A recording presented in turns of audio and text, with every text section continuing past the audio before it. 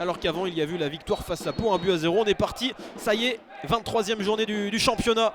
Et les Lyonnais qui vont donner le coup d'envoi avec, selon monsieur l'arbitre, touche qui est effectuée rapidement par Thomas Manzinali. Allez, le ballon maintenant pour Thomas Manzinali. Ah, il va y avoir peut-être une petite main, le seul arbitre n'a rien dit finalement. Et ça continue pour les joueurs de Belfort. Après une occasion lyonnaise en début de partie, c'est peut-être aux visiteurs maintenant de se créer cette occasion. Oh, l'ouverture du score de cette équipe de Belfort et cette tête. Et bien forcément, et bien là elle était cadrée et ça file dans la lucarne. Le gardien Maxime Cassara qui ne peut rien faire. Les Lyonnais qui sont surpris, 3 minutes de jeu. Qui évidemment en début de saison, surtout pour Lyon-Duchère, voulait le maintien surtout.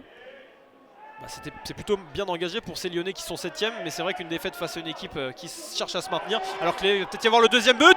Oh, l'occasion, c'est fou ce qu'il vient de se passer ici au stade de Belmont. La sortie de Maxime Cassara, il se rate tout simplement, et à l'arrivée, eh bien ça fait le 2-0 pour cette équipe de Belfort. On joue depuis 37 minutes.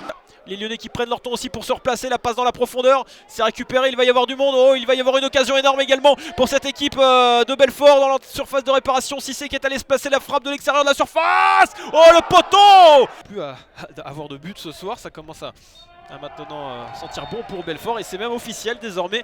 Belfort qui s'impose 2-0 face à l'équipe de Lyon-Duchère.